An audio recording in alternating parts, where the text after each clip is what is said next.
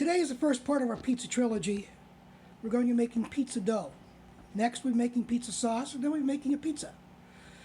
Cheese and pepperoni, maybe some sausage if the mood strikes. Just depends. So let's start with the ingredients, shall we?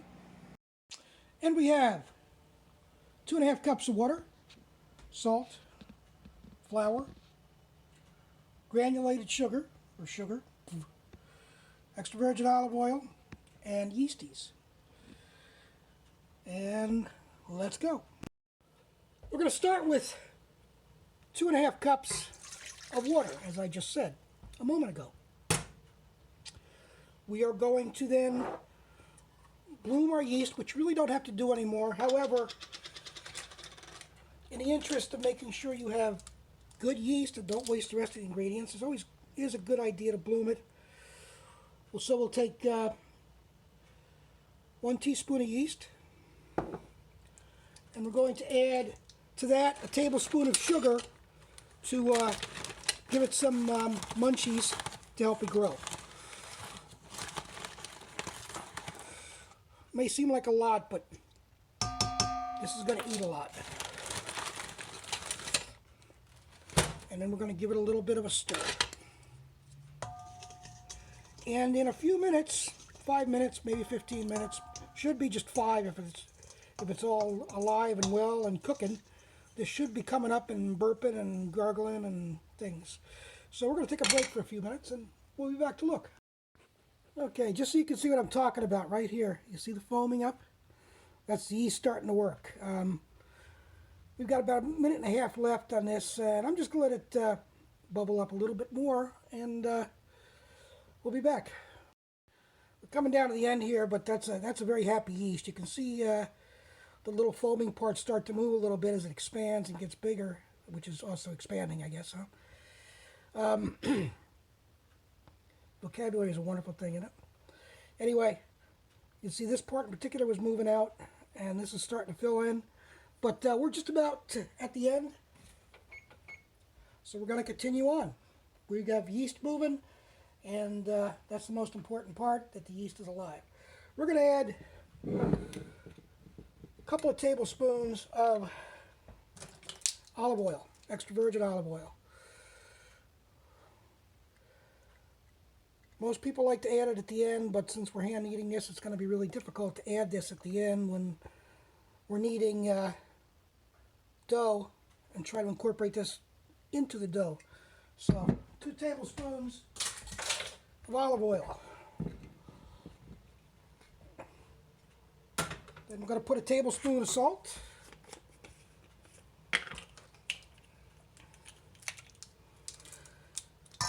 Old wives' tale, salt does not kill yeast. Enough salt in enough time will kill yeast.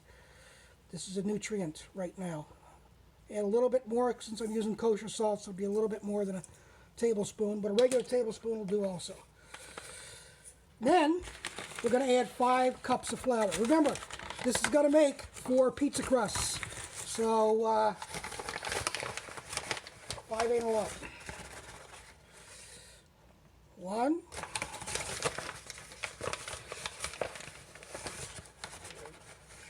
2, I'm running out of flour, but I have another bag. Jesus. 3, excuse me, piece of flour in the lungs. So I'm sure a radiologist wouldn't appreciate that. Ah, crap. Get on there, you.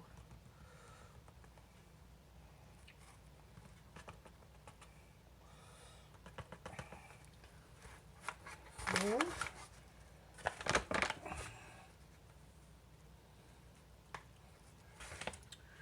Holy crap, look at all the yeast I lost.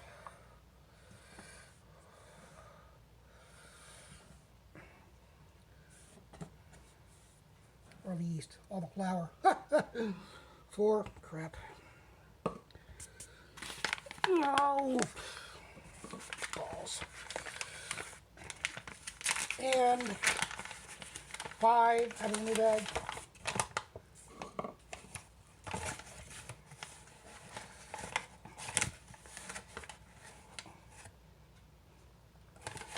that's fine. We're going to need some later. We'll use whatever's on the board plus out of the thing. Now we're going to stir. Incorporate this. Remember, you don't want to beat flour for too long or too many times, or it'll toughen the flour. We do want gluten to occur here, but we want it on our terms.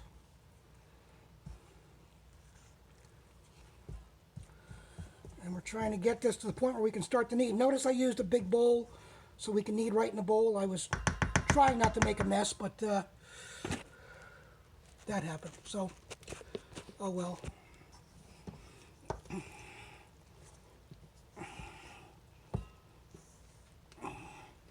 All right, that's got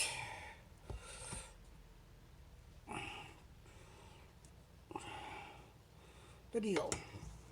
So now we're going to start. Now, as you're kneading this, this is really going to be sticky. It's okay.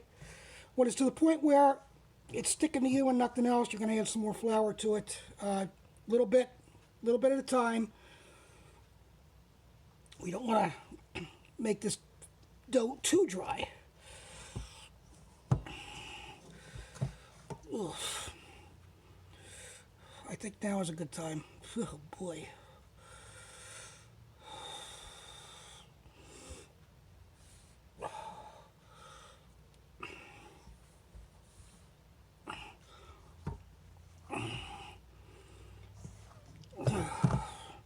You're also going to be using the flour that's in the bowl.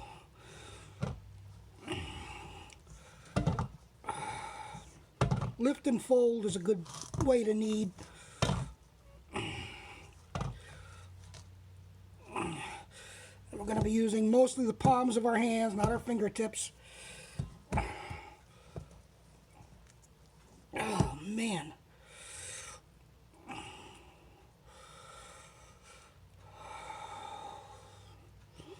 Messy did business, but as you'll see, the results are worthwhile. And it's only a couple of minutes. It's not like it's your life here.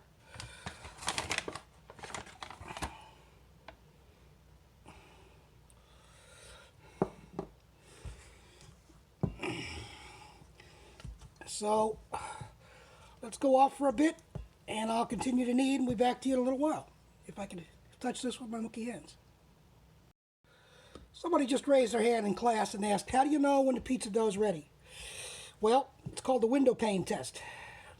Isn't that gorgeous? What you do is you take a hunk and you stretch it out. And what you're trying to do is to make a very thin membrane without it tearing. That's not ready. So we keep kneading. We've been kneading for, 4 or 5 minutes now, so we're going to keep going. Add some more flour. See you in a bit. Also, notice I'm folding and kneading and moving the bowl around as I do this. And it's starting to become much less sticky, contrary to what you see in my hands. It is actually much less sticky than what it was. Peel some of this off here. And you can see it's much less sticky too. So we're going to try the window pane test in just a second here. Let's try it again. See how we're doing. Take it in your hands and stretch. Nope, not yet. Soon. We'll be back. Okay, you'd like me to tell you how much flour I used, and I can't tell you that because that depends upon the temperature, the humidity, the phase of the moon, whether Mercury is rising in Aquarius. No, I'm just kidding about that, of course. I think we're just about there. And one thing I've noticed, and I haven't noticed before, mostly because I wasn't doing a video on it, this has become really elastic and very, I'm gonna say tough, but tough isn't the word I mean. But it's stronger than it was. It's harder to push than it was in the beginning. So those are all good things. We're going to try the window pane test. Tear off a hunk. tear off a hunk. Ask it not to stick to your hands, please.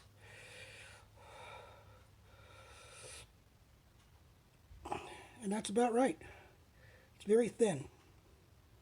Where's the camera on this damn thing?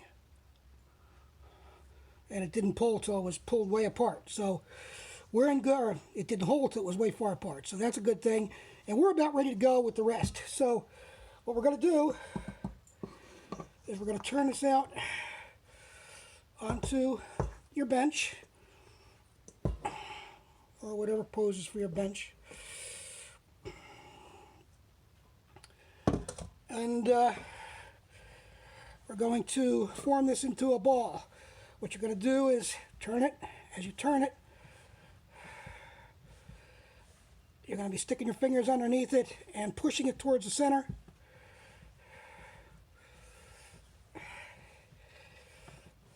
So it becomes a nice round ball. And you're going to divide this into 4 separate pieces. And if I would have had my bench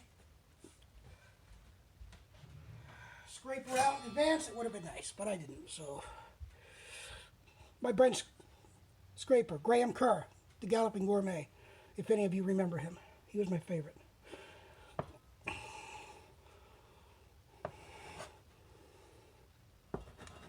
Two pieces, cut that in half, and these should all be roughly equal. You don't have to weigh them, by eye is fine. 4 pieces. We're going to do the same thing again. Roll these into nice little balls, pushing towards the middle, the center, in the bottom, so that they're nice little round, lovely things. This guy's a little bit bigger than the rest of them. Oh well, life sucks, then you die.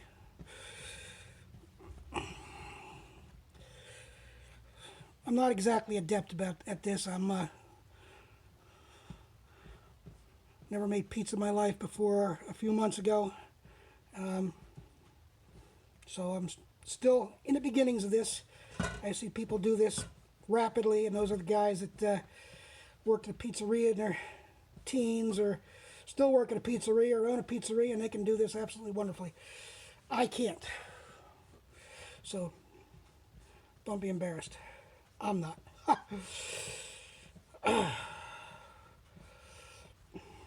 So we're going to get our bowls.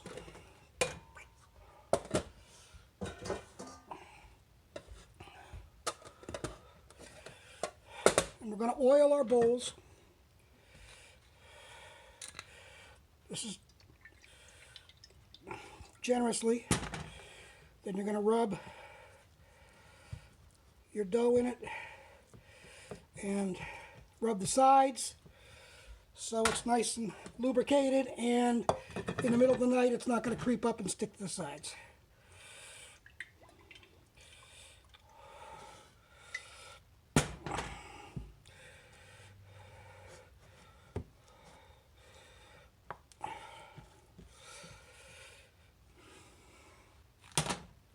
We are going to cover these with cling type wrap, and we're going to throw these in the fridge for 24 hours to rise. Yes, they'll rise in the refrigerator. It's all fine. Slow rise makes for a better pizza crust. So don't let anybody fool you with the 2-ingredient almost immediately ready to eat pizza crust, because I'm pretty sure that's going to be crap. No, I haven't tried it. No, I'm not going to try it. I'm very satisfied with this pizza crust. I'm very satisfied with this pizza crust, actually. I really think this is delicious. So we're going to wrap these, put them in the fridge for 24 hours. We'll see you tomorrow. Okay, same day. I figured I ought to show you this part too. Cover with cling wrap, plastic wrap, whatever you call it. Nobody nobody gives me anything for this, so cover with cling wrap, put in the fridge, if I can find space in the fridge. That's the next deal. Have our regulatory onion, or onion, dill pickle, or pill dickle, depending upon your point of view. 1, 2, 3, and 4 right there for now. 24 hours. See you tomorrow. Okay, it's the next day, and we're ready to pull the pizza crust out of the refrigerator and take a look at it. I'm going to try to do a split screen to show before and after. I'm not sure I'm going to be able to do that.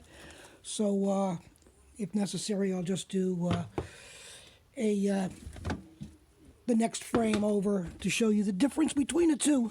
But there is a significant difference, and you'll see that in just a second. As soon as I pull the fourth one out of the fridge and I switch cams.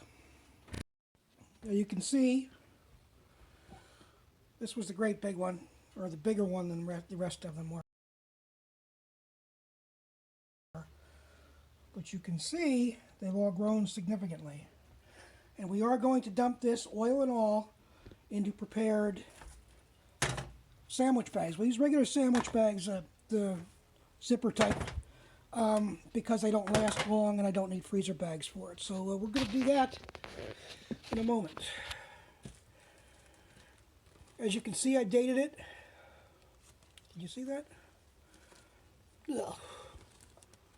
Now, some of the more astute people will notice that this date is after I made the sauce and the pizza and everything else, and that's correct because the first version of this I did 3 weeks ago or so. I had an audio issue and there was no audio, which was good because on rewatching the ones that didn't have audio, I was pontificating about something. I have no freaking idea what it was, and actually it would have been boring as hell. Even more boring than these are, and I know that's hard to believe. But anyway, this is going up for this is to be published on Wednesday, coming up, the beginning of our pizza marathon. So I'm going to peel this out. In fact, what we're going to do first is we're going to round this up a little bit more, since it kind of splashed down a little bit. And we're going to put it in its own little gimmick here. And we're going to cover it with the oil, with a little bit of the oil that's left. And it's cold, so it's slow. That's good enough. We'll close those all together.